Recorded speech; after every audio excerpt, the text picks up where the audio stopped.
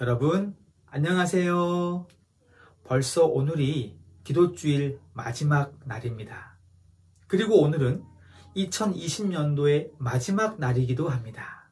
와, 시간이 정말 빨리 지나가지요. 이제 내일이면 2021년도가 시작됩니다.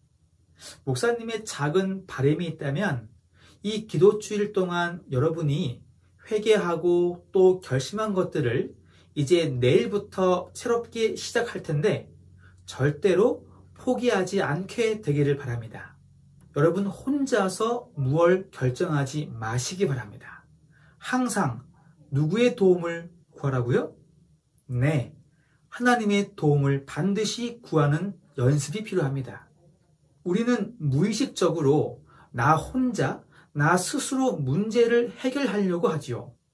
그리고 나 혼자서 뭘 계획하려고 합니다. 하지만 그 계획은 금방 실패하고 말 것입니다. 실패하지 않는 계획을 세우려면 반드시 하나님의 도우심을 구하십시오. 우리를 도와주시는 분은 오직 하나님밖에 없음을 기억하시기 바랍니다. 오늘 들을 말씀의 제목은 나를 기다리시는 하나님입니다. 누구를 기다린다는 것은 어떤 기분일까요? 여러분도 간절히 누군가를 기다린 적이 있으신가요? 그 마음이 어떠세요? 며칠 전 제 딸들이 겨울을 맞이해서 털 실내화를 인터넷으로 주문하였습니다. 그런데 저라면 그냥 인터넷으로 착, 척, 톡, 클릭, 끝 했을 거예요. 그런데 두 딸은 엄마와 함께 여러 사이트들을 둘러보고 이리 보고 저리 보고 색깔 보고 모양 보고 캐릭터 보고 가격 보고 정말 자세하게 보는 것입니다. 시간이 꽤 걸렸지요. 저라면 금방 끝낼 일을 몇 시간을 보더니 그제서야 겨우 가장 마음에 드는 것을 클릭해서 주문을 하는 거예요. 자, 그럼 이제부터 누구만 기다리면 되는 거예요? 네, 택배 아저씨만 기다리면 됩니다. 주문 결제 창에는 오늘 주문하면 모레 도착한다고 되어 있었습니다. 그럼 이때부터 모레까지 이 아이들의 마음은 어떨까요? 늘 이쁜 털 실내화 생각만 하는 것입니다. 그리고 언제 오나 하며 실내화를 기다리는 거예요. 드디어 오늘이 도착날입니다. 밖에서 누가 똑똑합니다.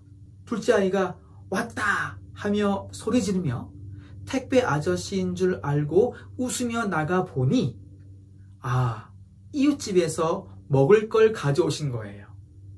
먹는 걸 너무 좋아하는 아이들이지만 실망하는 표정이 눈에 확 보이는 거예요. 먹으면서도 언제 오나 기다립니다. 분명 오늘 온다고 했는데 아직 오지 않아요. 혹시 다른 곳에 놓고 갔는가 싶어서 나가서 다른 장소를 찾아보기도 합니다. 그러나 거기에도 없었습니다. 낙심한 듯 집에 들어와 다시 택배 아저씨를 기다립니다.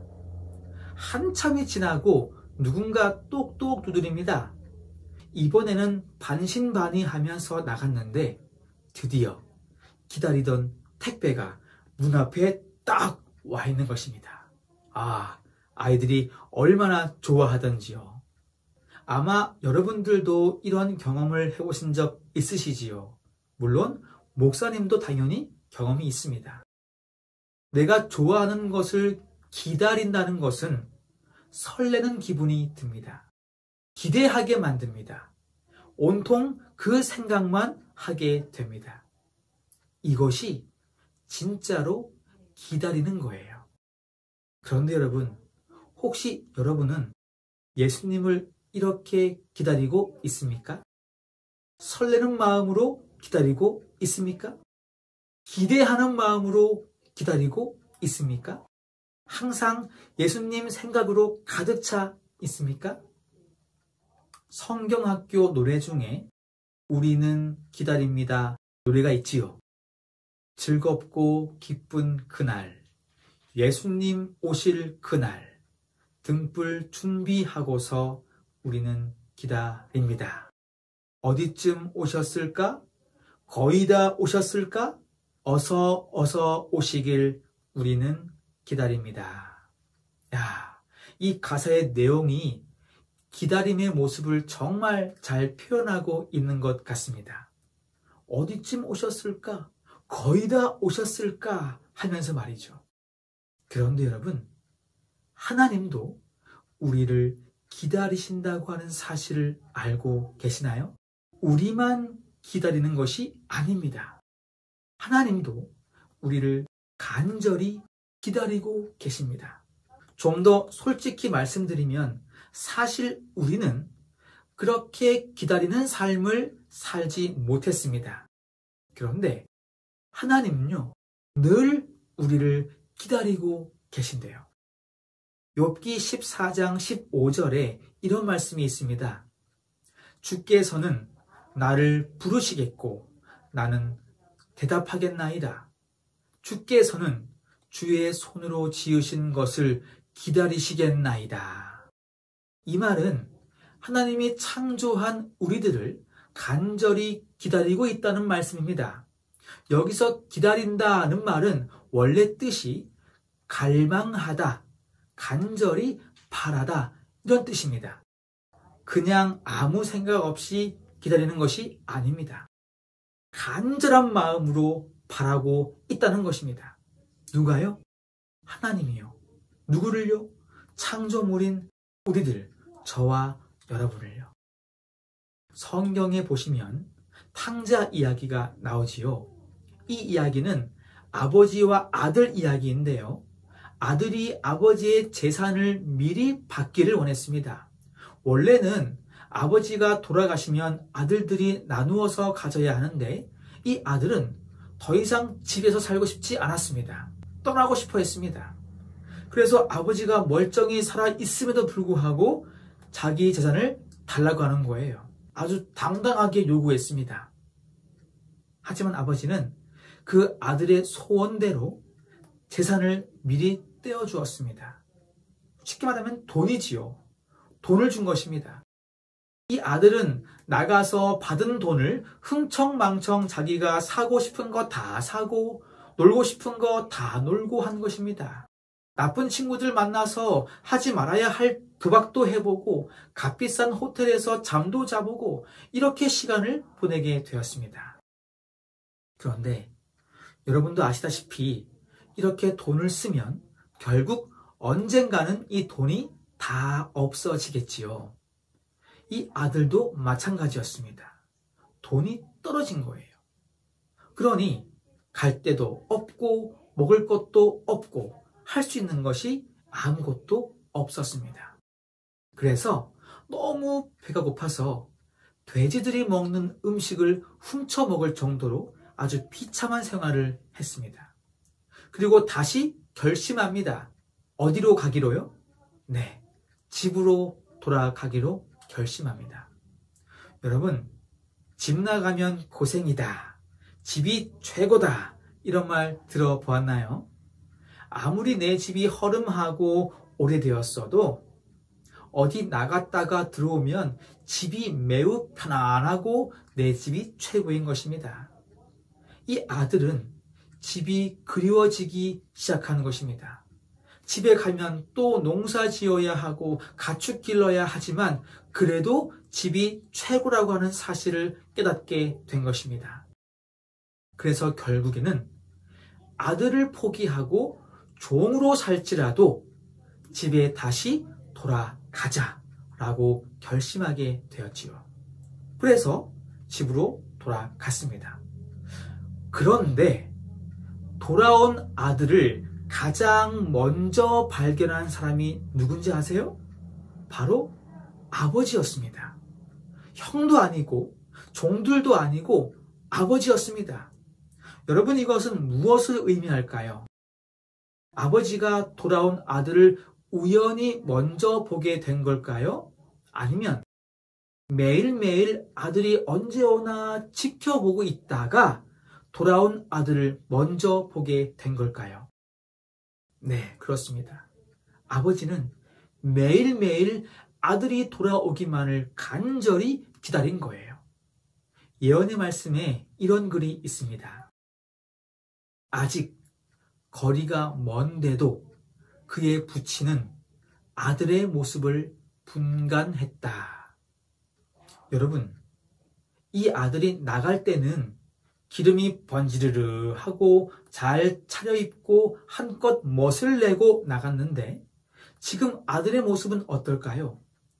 옷도 다 허름해지고 빨지 않아서 냄새나고 돼지죽을 먹어서 몸도 부시시하여 정말 그야말로 거지였습니다. 전의 모습을 도저히 찾아볼 수 없을 정도로 피폐해진 겁니다. 그런데 아버지는 그런 모습이라 할지라도 아들을 알아본 거예요. 심지어 거리가 멀었음에도 불구하고 알아본 거예요. 이 모습은 아들을 온전히 기다리고 있었다는 아버지의 모습을 우리에게 알려주고 있는 것입니다. 그 누구도 알아볼 수 없을 정도의 피폐해진 모습이라 할지라도 아버지는 알았습니다. 왜냐하면 아버지는 아들을 사랑했기 때문이에요. 그리고 그 아들을 기다리고 있었기 때문입니다. 여기 이런 글이 있습니다. 사랑은 눈을 밝게 한다.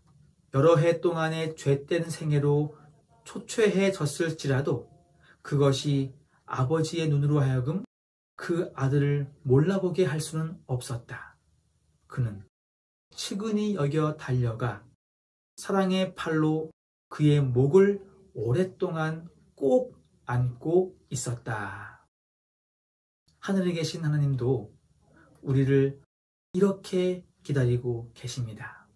아무리 우리가 죄의 노예로 살아서 악한 모습을 하고 있더라도 하나님은 우리를 너무 사랑하시기 때문에 우리를 다 알아보십니다. 그리고 간절히 기다리고 계십니다. 우리가 하나님의 품으로 돌아오기를 말이지요.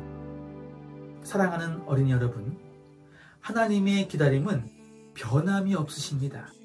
우리가 안 들어온다고 지쳐서 포기하지 않으십니다.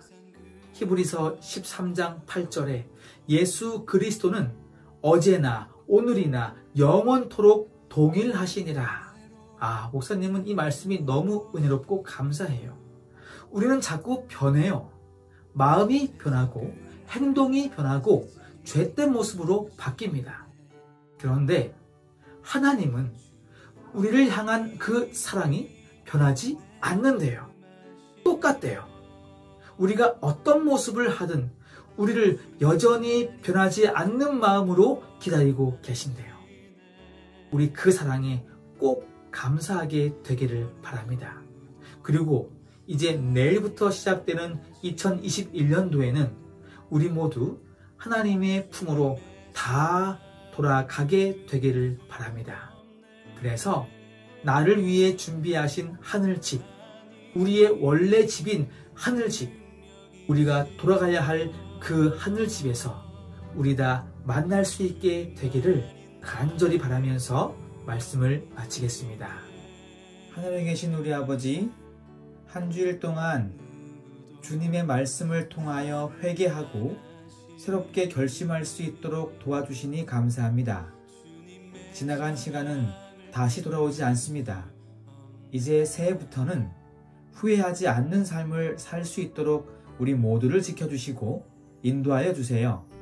그래서 나를 기다리시는 하나님의 품으로 다 돌아갈 수 있도록 도와주세요. 예수님의 이름으로 기도드립니다. 아멘.